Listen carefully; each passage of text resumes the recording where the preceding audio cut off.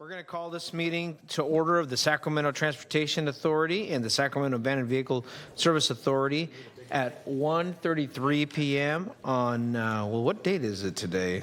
May 9th. May 9th. May 9th, one day before Mexican Mother's Day, May 9th. Madam Clerk, if you can call the roll to establish a quorum. Good afternoon, Director Desmond. Here. Frost. Here. Tao. Here. Hume. Here. Daniels. Here. Kennedy. Here. Maple. Here. Cerna. Here. Spees. Present. And Guerra. Here. Thank you, Madam Clerk. If you folks could please rise and join me in the Pledge of Allegiance. Salute. Pledge. I pledge allegiance to the flag of the United States of America and to the republic for which it stands, one nation, under God, indivisible, with liberty and justice for all. Thank you very much. Madam Clerk, do you mind reading the announcements? This meeting of the Sacramento Transportation Authority is cablecast live on Metro Cable 14, the local government affairs channel on the Comcast Consolidated Communications and AT&T Uverse cable systems. This meeting is closed captioned and live streamed at metro14live.saccounty.gov. Today's meeting replays Sunday, May 12th at 2 p.m. on Channel 14. This meeting can also be viewed at youtube.com/Metro Cable 14. To make an in-person public comment, please complete a speaker request form and hand it to the clerk. The chairperson will call your name when it's your turn to make a comment. You may also send written comments by email to boardclerk@saccounty.gov. Your comment will be routed to the board and filed in the record, and that concludes the clerk's statement. Thank you very much, Madam Clerk. We'll go ahead and move on to the first item, Madam Clerk. Item number 1 is comments from the public regarding matters not on the agenda.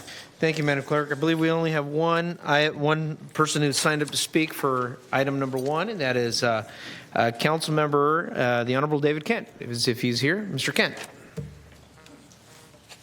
Well, I'm very pleased to be able to come before you and represent the plight of Isleton, its unusual location and transportation concerns, but that's not my topic.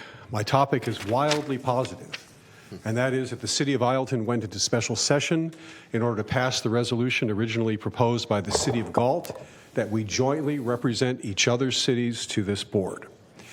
And the goal is that Galt will represent Isleton as effectively or better than Isleton can represent themselves, and vice versa when the time comes. Yes, we will be discussing the citizens' concerns for transportation, but I think of equal importance, we care about the county as a whole. So if our capital city gets improvements, if our rural roads in the county are able to be maintained, then our residents, business owners, and visitors will all benefit, and we regard that in our concerns. In addition, we intend to lend our voice to helping this board be as operating as efficiently and governed as effectively as possible from our position of influence. So having said that, I'm looking forward to these proceedings today. Thank you very much, Council Member, for being here. Also, Madam Clerk, I believe we have one more person signed up to speak in item number 1, and that's Mr. Tadeguia, Jeffrey Tadeguia. Greetings, board. This is the Jeffrey Tartaguia. This is the first time this year I've been in front of the STA. I'm looking forward to see what you really have to say today, but at the same time, just came from the Energy Commission and interesting some of the results and impacts they're going to have on there. Just curious things. Figure it was time to say hello and see what in the world you guys really have achieved so far, being it is already May of this year. And that's my public comment on there. We'll see what smart growth really means to you guys, and how you coordinate city and county efforts to address that. Thank you. Thank you, Mr. Tartaguia. I appreciate that. That concludes the folks signed up for item number 1. Madam Clerk, let's go ahead and move to the next item on the agenda. Item number 2 is Executive Director's Report.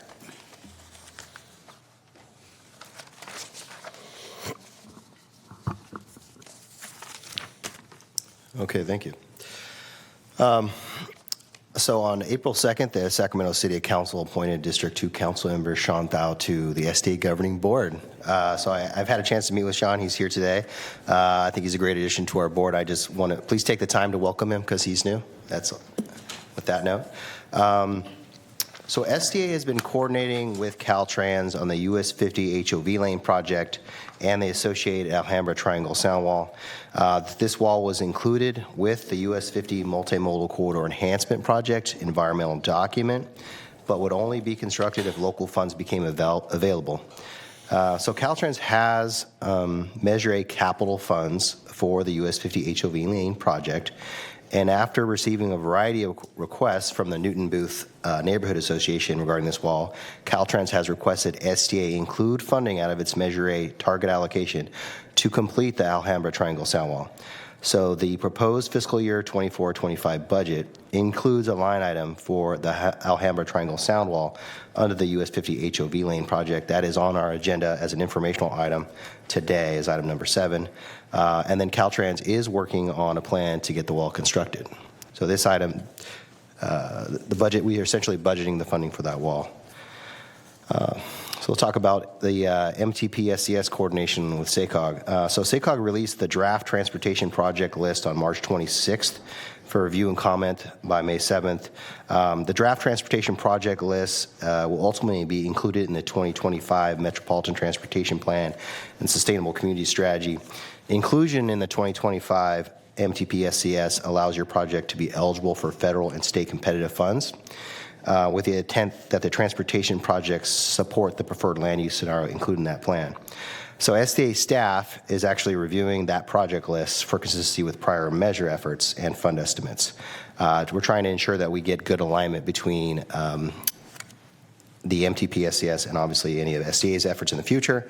There are portions of that project list that are still in development. I want to note 2 of those being the Caltrans District 3 Managed Lane System Plan and the SACOG's Regional Transit Network. And so we've asked to, once they've tried to implement that plan, we'll take a look at it. We just want to make sure that we're looking at more, some of this has to do with the financial feasibility. They've assumed that our measure is included within their funds that would ultimately fund the MTP-SCS. Cap to cap. So for the first time, transportation advocates focused on only 5 projects seeking federal competitive grant awards in the upcoming 12 months. So this annual effort is led by the Sacramento Chamber of Commerce to help secure funding for resources for high priority projects in the capital region. That prioritization effort was led by SACOG with input from El Dorado County Transportation Commission, Placer County Transportation Planning Agency, as well as SDA staff. With the intent of helping us all speak with one voice when advocating for approximately $230 million in transportation priority projects in the Sac Metro area. Those 5 projects that were identified and then advocated for at the Cap to Cap trip, it was $80 million for the Capital Region Climate Priorities Plan, $75.4 million for the I Street Bridge replacement, $29.6 million for the Downtown Riverfront Streetcar Project, $25 million for the Grantland Road Safety and Mobility Project, and $21.5 million for the El Dorado County Trip to Green Infrastructure. So of those 5 projects, Sacramento County is represented in 4 of the 5 projects. Given this is a 6-county list, I think we did really well in this. Myself, as well as Christina Spence with SACOG, actually did an interview with the Sac Business Journal, and that was published a few days ago. I think this prioritization process can be very successful for Sacramento County and, of course, the cities. Moving on. So Measure A has reached its halfway point. So we're 15 years into the 30-year measure. It was approved by voters in 2004, overwhelmingly for 30 years. It began April 1st, 2009. So on April 1st, 2024, it reaches halfway point. We're going to include a little bit of information about the first 15 years as far as revenue received in the budget presentation today, but we'll do a little bit more in our June meeting specifically on this. And then last item, I know I've been up here a while talking, but we did at the end of the executive director's report, we have an outlook of items coming forward. And so just as a preview for June, we're planning to take an item to approve the budget for next year. We are going to do a presentation on the 2023 regional pavement analysis, which is an analysis of our overall pavement needs across the county and all the cities, looking at a 30-year time frame and looking at various funding scenarios. It's not a pretty picture, just as a preview, but we're hopeful that we can provide some potential recommendations with that report. We've also looking at our Nexus study needs an update, so that hopefully will be moving forward. And then finally, there's a presentation that we would like to bring forward about the The California climate policies have really shifted vehicle use to more efficient vehicles, as well as hybrid vehicles and electric vehicles. And given that transportation funding is primarily coming from fuel tax, and the use of that use of fuel itself is going to continue to reduce, we anticipate that transportation funding will continue to decrease over time. And the Legislative Analyst's Office has actually done a really nice report, and Dustin has offered to, or has reached out to them and got them to come to us and present on where we see transportation revenues coming in the future. And you're going to see you'll see a decline. So with that, those are my comments. Thank you very much. Thank you, Mr. Busey. I do have Board Member Daniels signed up to speak. Mr. Daniels. Thank you, sir. The Alhambra Wall, can you tell me how much we've budgeted for that? I think it's $5 million. And can you tell me, does that come out of just regular transportation funds, or did we receive some sort of grant to build that wall? Yeah, so about 20% of our funds are capital related. And so we've pretty much figured out, there's some prior board action to figure out how much of that remaining funds go to which agency. So Caltrans has a target allocation they're assigned that they then work with us to budget, gets into the budget, and then is approved. So it comes out of Caltrans's target allocation of capital funds remaining. Citrus Heights has its own target allocation that's not affected by that action. I'm not concerned about Citrus Heights being affected. I'm concerned about the funds. So the funds could otherwise, if they did not go towards the wall, could be used on other transportation projects, roads?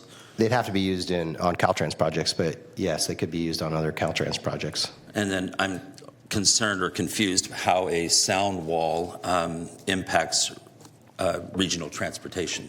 We're a regional transportation board, not a. And I feel for these people living there. I wouldn't live there. I wouldn't have bought a house there. But I fail to understand how building a sound wall impacts regional transportation issues.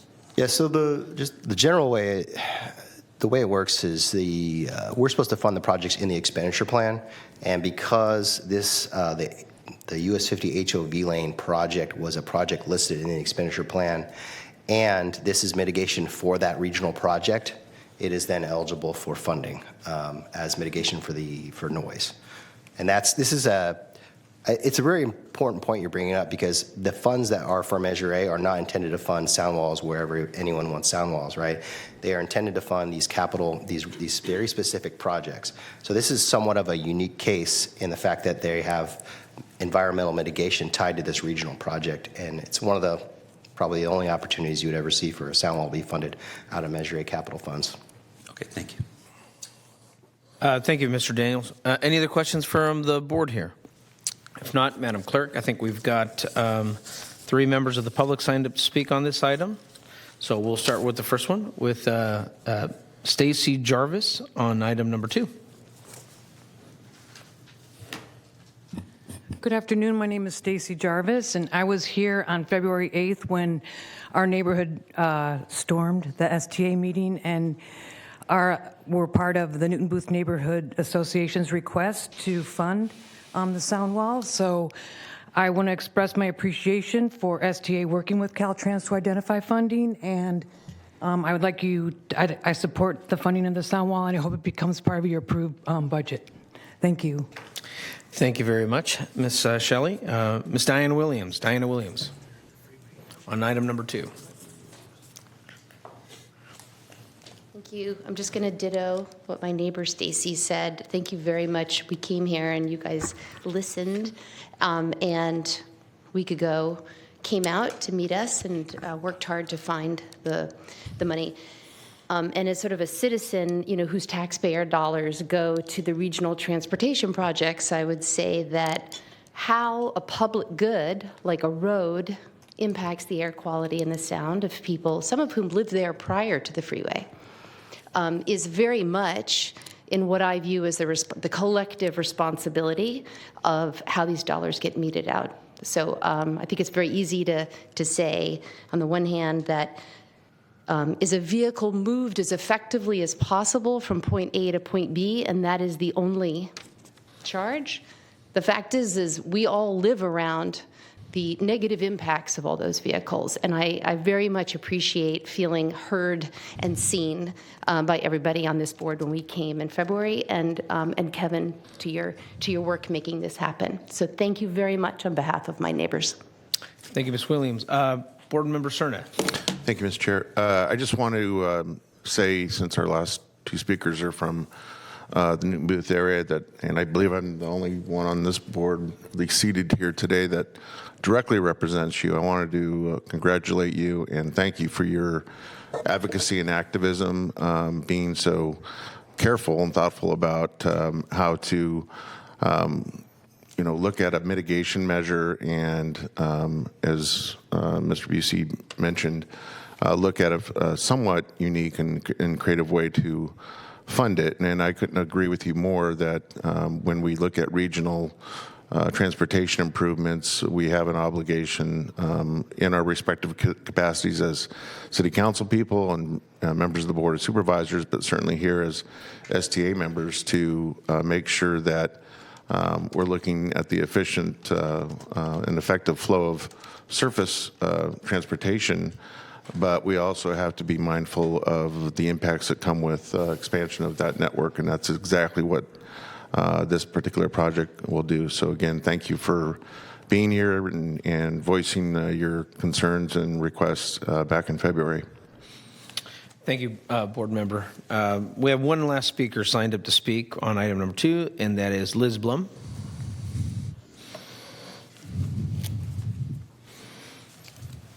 Long time no see, Liz. Hi. Thank you. Good afternoon.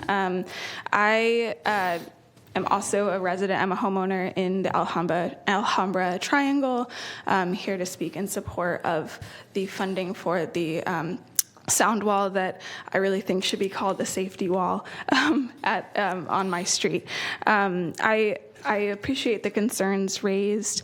I wanted to bring up a few points to hopefully, win over all of your yes vote today. I think that in addition to this being about air quality for not just our street, our tiny neighborhood, but I think it would improve the air quality in a large part of the city of Sacramento. But I've also witnessed firsthand at least 3 accidents that could have been at least one fatal, that could have been prevented from a sound wall. So there were trees along the highway. Right now there's no border at all between our neighborhood and the highway. And drivers have crashed into trees. I'm not saying that this would prevent car crashes. Just last week, I saw another one involving 3 cars, and an individual had to be extracted from their car and taken away in an ambulance. And this was right, I could see it from my living room window. So I think that this is really a safety issue, and I think that this board cares about safety, of course, and, transportation, investing in things that will make our transportation system safer. And so I really hope that that's recognized. This is not just about sound, the inconvenience of sound. This is not just about the air quality and environmental issues, but it's also about saving lives. So just wanted to add that. And I also wanted to thank Councilmember Katie Valenzuela for her advocacy around this. I don't see her here today, but I really appreciate her as well. Thank you. Great. Thank you very much. That concludes our public comment on this item. I do thank Executive Director Busey for working with the community and also Caltrans on the eligibility of this project. And as I mentioned earlier, when this project went forward, the communities of Tahoe Park and Elmhurst directly benefited because we advocated as part of that project to ensure that there was the sound wall and safety wall put in place. So I know this item's actually up in item 7, so we can continue that conversation when appropriate on item number 7. With that, if there are no more questions for the Executive Director's report, we're going to go ahead and move on to the next item on the agenda. Madam Clerk. For your consent items 3 through 6. Thank you. We have no one signed up to speak on items 3 through 6 on the consent item. Madam Clerk, then it's been properly moved by Board Member Desmond, seconded by Board Member Maple. All those in favor, please signify by saying aye. Aye. All those opposed? Measure passes. Okay. Madam Clerk, we'll move on to the next item. Item number 7 is introduce draft STA budget for fiscal year 2024-25 and continue to the June 13, 2024 board meeting. Okay, we're going to open this for public hearing. And Mr. Busey.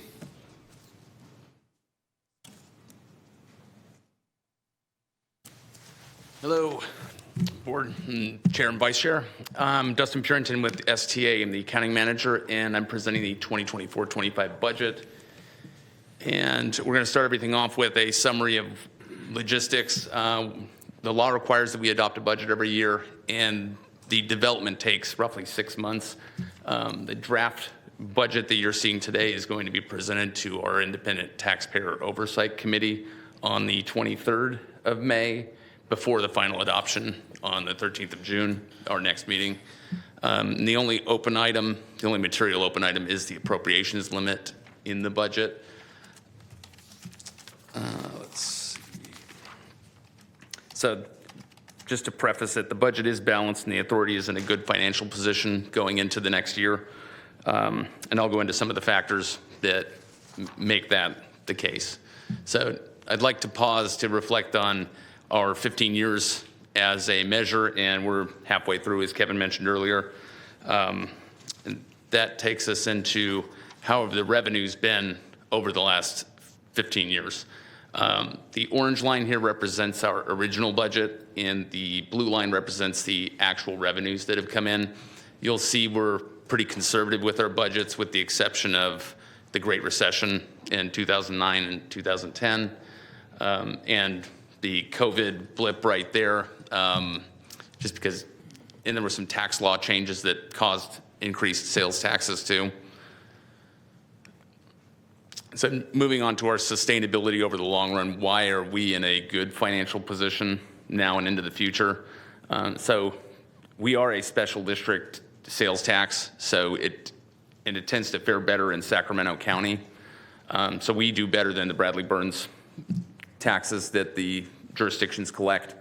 Our funding is also, our CIP funding is constricted by the amount of funding that we have. We do not over budget to our revenue projections. So we're not over promising in our improvement projects. And county population and per capita spending have been stable over the past 10 years. They've actually increased, but it's not a really significant increase. We also have formulaic allocations of revenues and expenditures. So all of the jurisdictions that receive direct ongoing funding, that's what I'm referring to. So 80% of our funding is direct pass-through. There's no negotiating or contracting for that. So it puts us in a better financial position because there is no negotiating with that. And we're focusing on paying down our CalPERS unfunded accrued liability, and I'll talk about that a little bit more on the next slide. Just to recap, where did we project our sales taxes originally? We projected $4.7 billion on our sales taxes when this measure was originally voted in. And sales tax growth over the last 15 years has been 15%. Or no, I'm mixing numbers up here. 6.6% growth over the 15 years. A lot of that is due to the Great Recession. We started during the Great Recession, causing a bigger percentage increase. The next slide here is a couple of budget policy updates to discuss the retirement plan funding policy. Last year, we started paying down our unfunded liability on the 5-year amortization, which we're continuing into this budget year. To date, all of our payments and planning with CalPERS have saved the organization $100,000 because of the acceleration of our payments. This year in the budget, I've also taken charts out and added more visuals, so easier to read, more simplified information for the budget users. And I've removed a number of policies in the budget that will be coming back to you in a policy book later this year. And Kevin and the staff have been working on a strategic planning goal set that he's going to present a little bit more about in the next slide. The 3 key points here are building public trust, developing great relationships, and aligning transportation priorities with the funding that is available. So Kevin is going to come up and speak about that. Wonderful. Just real quickly, on some of Dustin's work, I mean, I think what he's trying to do is make it a simpler, more easily to understand budget book. It's gone from 110 pages down to 100, which is, an improvement. And I think it's a much more readable document. 10% improvement, maybe. So let's talk about this. So there's strategic planning goals were in our prior budget, and we wanted to update those. So we actually did a internal relationship, external relationship SWOT analysis, which is strengths, weaknesses, opportunities, threats, to kind of look at our organization and figure out what our goals should be, not necessarily in the short term, or more in the long term. And they're it's pretty obvious, but I want to get into those. So first one was build public trust, right? So we're an agency that primarily administers taxpayer dollars, right? And so we want to retain a good relationship with the public. We want to be a good steward of those taxpayer dollars. We want to show that we're using those monies in a way that we operate efficiently and we're financially stable. One example of that, I think, is that Dustin talked about paying off our long-term pension liability. I don't know anybody who's doing that right now. Most people have a negative deficit, right? And we're actually paying it down, which is great. I'm really happy for that. But we want to show that we're an effective guardian of taxpayer dollars, right? And then another part of that is education. Educating the public on how these funds are being used, right? A lot of times these funds are just kind of passing through. You said about 80% of those funds pass through the agencies, and we want to make sure the public's aware of how these funds are being used. So education is a big component of both the Measure A and as well as the Freeway Surface Patrol that we operate. Second one, develop great relationships, right? So transportation funding is somewhat complex, and having good relationships really help us navigate that. So we want to make sure we're maintaining good relationships with elected officials, partner agencies that receive those funds, stakeholders, and regulatory authorities that oversee some of those funds. And then the final one is align transportation priorities with funding. So we think SDA can help assist partner agencies that receive Measure A funds in maximizing their existing funds to achieve their priorities, right? I think SDA is more of a regional entity, can actually affect some real change in a positive direction to align with priorities by the county and the cities. And then we can actively be engaged in advocating. I think we're actually trying to do that a lot right now with SACOG. And then we can help position transportation priorities and needs with additional funding, whether that's a new sales tax measure, whether that's tolling revenue that may come in, whether that's things like VMT mitigation that's new but could be a funding source that we're able to utilize and put those towards priorities for the cities and the county. So those are the 3 that are in the draft budget. I'm open to any comments on those, but I will let Dustin continue on his presentation. Thank you, Kevin. All right, so this is a familiar graph. I've used this one a couple of times, but to explain it simply, the left-hand side of the graph is in thousands of dollars, and the right-hand side of the graph is the percentage increase or decrease. The dotted line in the middle is the percentage increase, decrease, 0 line. And hopefully it isn't too complicated, but I'm only going to focus on big movers. Sales tax, it may look like a big movement, but the percentage change is small. Same thing with the impact fees here. Interest and other, I am budgeting more in this cycle because interest rates have sustained a fairly high level, and we believe that they're going to stay at this level at least 6 months through the next year, resulting in more interest earnings for the authorities. FSP and SAFSA do not have very significant changes, but to touch on SAFSA, that program, as you know, it sunsetted in April of 2022. We are projecting revenues decreasing all the way to no revenues in the coming year. DMV is still trickling late registrations to SAVSA. So we are not in a position to make a decision to close SAVSA or terminate that authority. But that's for a later board date. Dustin, let's keep this slide up there. We have a question from Board Member Cerna. Board Member Cerna. Thank you, Chair. It's a question for Bill or Council. With the Supreme Court's recent decision on impact fees, is there any conclusion by your office about its effect or not on impact fees relative to this agency?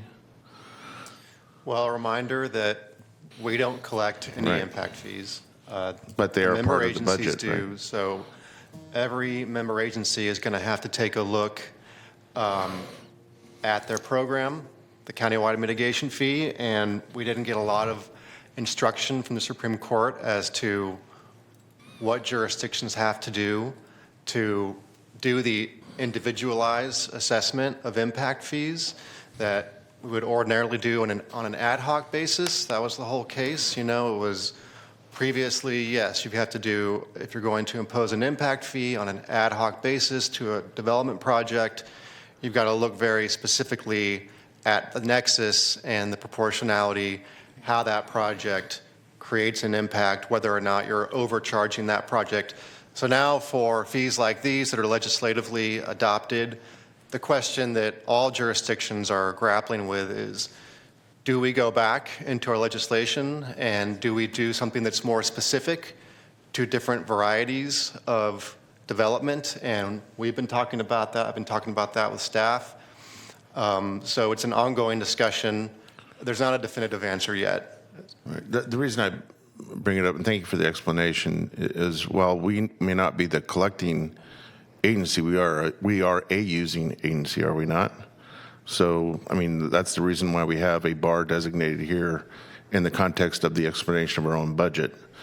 So I think it just bears mentioning, and that's why I punched in, that because we have to wait to see what all member jurisdictions are going to conclude about the impact that the Supreme Court's decision may have on those kind of mother agencies, if you will, it could have theoretically some impact on our budget in coming years, could it not? It could. Yeah, okay, and that's why I think it's important for us to note that today. Very important note for the record there, Board Member Cerna, and I think everyone is looking at that very closely now during budget season as well. So thank you. Dustin, continue. All right, moving on to the consolidated appropriations here. So to touch on the big movers again, so Sacramento FSP has a decent decline in expenditures this year, and that's our right sizing of the program to the revenues that are coming in that we've been talking about over the last number of months. SAVSA, again, we're projecting the final payouts in the budget to zero out the program's funds. And in the transit fund here, you see that there's a pretty substantial drop there.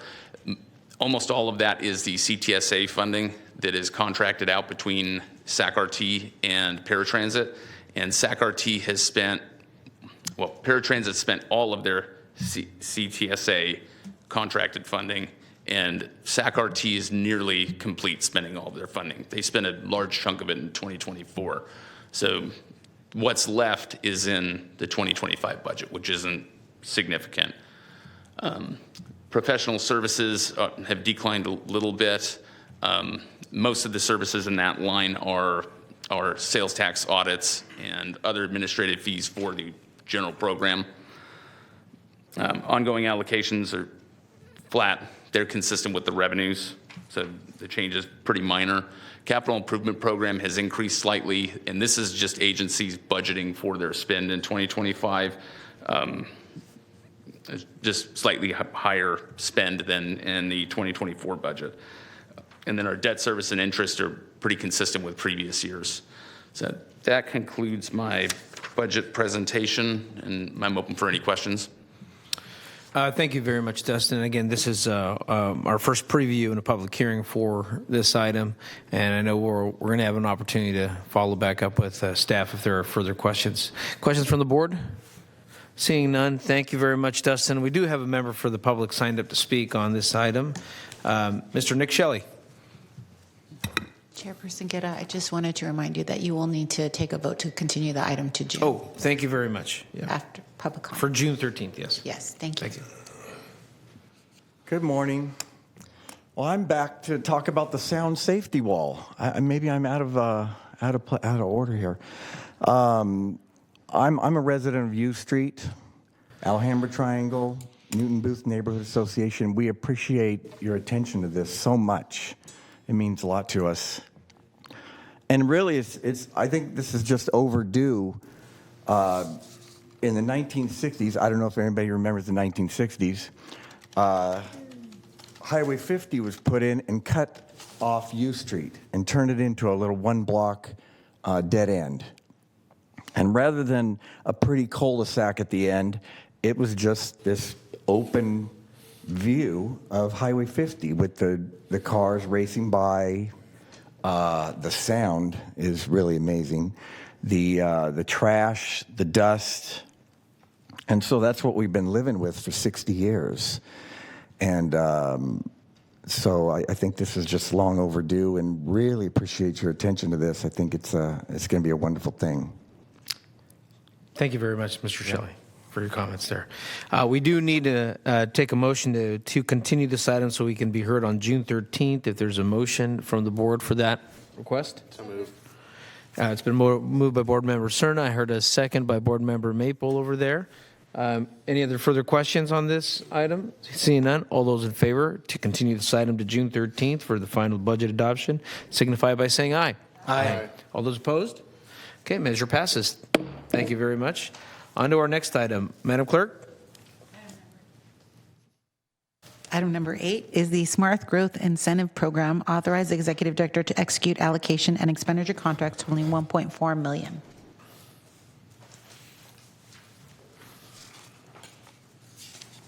All right, good afternoon, Chair, Vice Chair, Board members.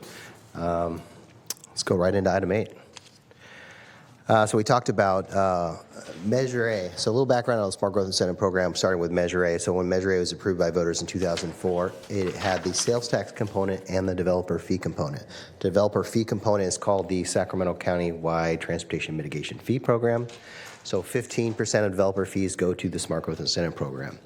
And the intent of that program is to be used for competitive funding, as a competitive program, and for projects that meet smart growth objectives. So the strategy that was approved by the board in October of 2022 was to utilize those funds as the minimum local match for SACOG's Community Design Program, which is a competitive grant program. We reserved about $1.7 million in case we won. The cities and counties were able to obtain all the funding from SACOG's Community Design Program. That program is competitive, and there's a small non-competitive portion of the program.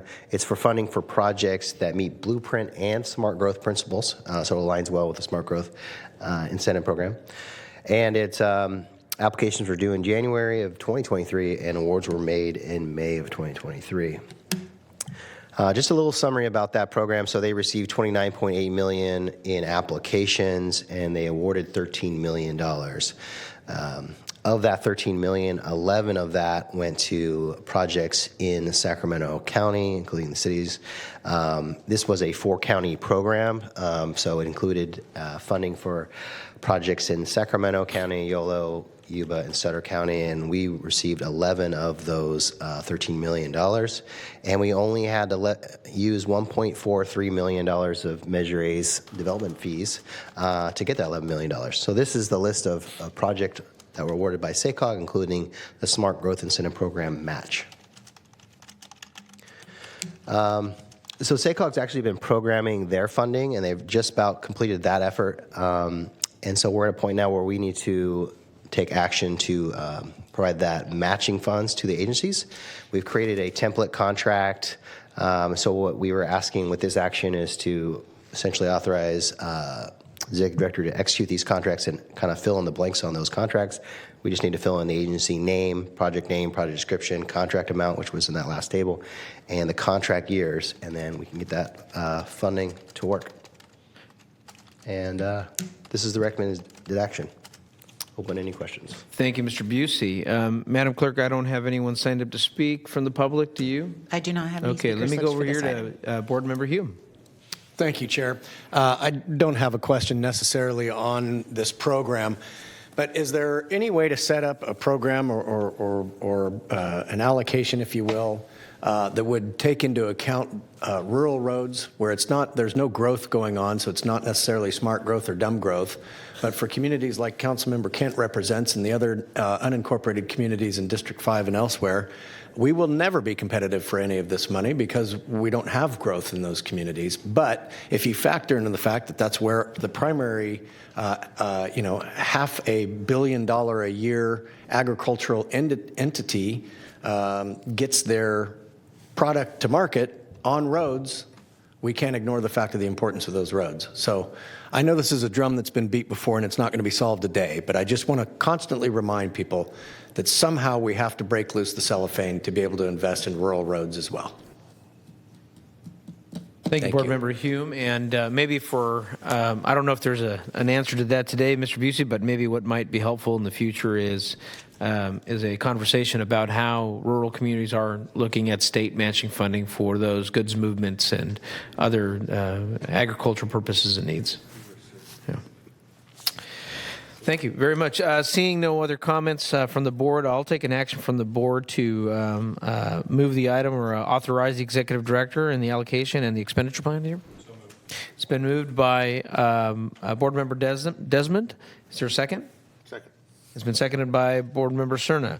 All those in favor, please signify by saying aye. Aye. All those opposed? Measure passes. Okay, Madam Clerk. Item number 9 is authorize the executive director to negotiate and execute employee benefit contracts. Mr. Busey. That's not item Is it 9. I'm sorry. Haha. We tricked you. So go ahead. Hold on. I think we're doing still another smart growth incentive program. I'm so sorry. That was wrong on my sheet here. Approve a strategy for the Smart Growth Incentive Program for the Safe Streets and Roads for All SS4A grant program for a countywide safety action plan. Wonderful. So I'm not going to go back over this slide, but we have essentially what we had was we allocated $1.7 million for that prior item, and we only used $1.43 million, leaves us with $270,000 in Smart Growth Incentive Program funds available. So what I'm proposing with this item is that we utilize those remaining funds as a match for a countywide safety action plan. I think there are several benefits to doing a countywide safety action plan under the Safe Streets for All program. I think it'll quantify the regional safety needs within the county and the cities. It complements the regional pavement analysis. So it'll give you, which we're going to present in June, so you'll have an idea of kind of the fix-it-first needs and then the overall county safety needs, county and city safety needs, of course. It could inform future SDA policy action as relates to development of a future measure or any of those other funding sources we talked about. It can position local jurisdictions for federal and state grant funds. So this application or this safety action plan can serve as the planning document that's required for you to submit for certain projects under the Safe Streets and Roads for All program, as well as the Highway Safety Improvement Program. And this potentially could lead to a countywide safety grant application. And applications are due August 29th, 2024. Mr. Busey, hold on one moment here. Board Member Cerna has punched up to speak. And hopefully, Kevin, I don't steal your thunder from a forthcoming slide here, but I'm curious to know how broad is the term safety here?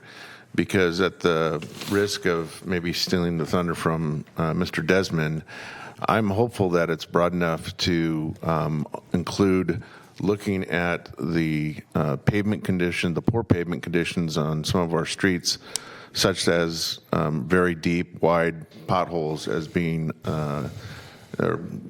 considered part of a safety problem as much as an aesthetic problem. I'm not sure that it is. I think, but I've definitely been on this. If you're riding a motorcycle, it's a safety problem. I was just going to say riding that. your bicycle. I was using the e-scooters. Oh my gosh, it's like an adventure. Yeah. All right, I that's don't a know if it softball, meets the Rich. federal Go with it. eligibility requirements. So. Okay, Board Member I'm Desmond. paying very close attention here to we your go. response here, Mr. Busey, and thank you, Supervisor Cerno. He's been listening to a lot of my statements from my prior CHP world in this related to this issue. So, Mr. Busey. No pressure. Okay. A little bit on pre-application coordination before we'd actually submit. So we would need to coordinate with the local jurisdictions, and we want to make sure that we're complementing some of the local planning efforts. So just as a reminder, there's a lot of existing plans in place. There's the active transportation plans, Vision Zero plans, local road safety plans. So we don't want to duplicate the work. We just want to complement the work. Certain smaller agencies may have not completed that work, so this actually helps them out. And then we want to support any future planning work. There are a couple of cities that are actually have some planning funds under the same program, and so we want to make sure we're aligned with them. And so what goes into a safety action plan, right? So it's a little different than SCA typically does, so I want to make sure everybody's aware of this, right? So they're expecting us to have a leadership commitment to actually try to reduce, to address safety specifically, whether it's a specific reduction in overall countywide safety-related incidents or a Vision Zero target. There is a detailed safety analysis that's done countywide, and that's very helpful and can serve some of those planning requirements for other grants. And there's a fairly robust engagement and collaboration where we're actually working with the public to understand their safety needs as to how they see them, and then collaborating with the regional agencies and the local agencies.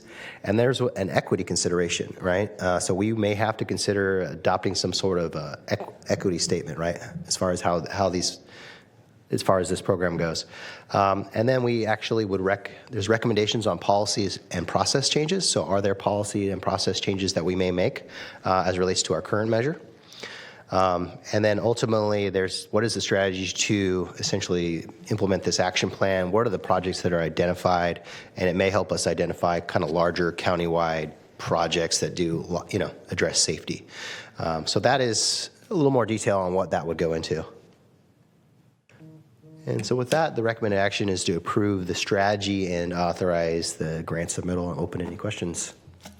Thank you, Mr. Busey. I don't have anyone signed up to speak. Madam Clerk, do we have anyone signed up to speak? No, sir, we do not. Okay, let me bring this back to the board. One, thank you, Mr. Busey, for making the point that we're not duplicating what other jurisdictions are doing, but attempting to complement. I know one particular, we just had this conversation about safe routes to school and the challenges that many communities have just getting to school. So I think in making sure that we're working with the local jurisdictions and their school districts, and again, not duplicating the efforts that are happening there, but supplementing those efforts.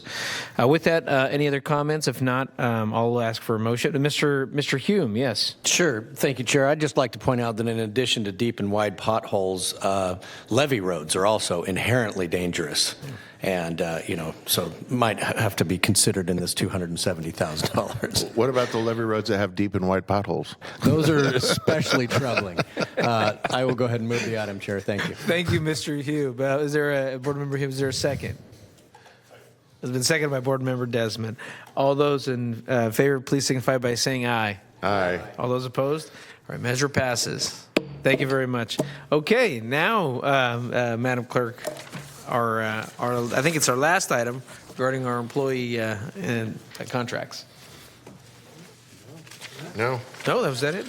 Oh, actually, that's it, I think. No, yeah, that was in consent, actually. All right. Item number 10 is comments of authority Yeah, members. well, that was okay. Good. Any comments from the board, Mr. Hume? No, Mr. Daniels beat you to it here.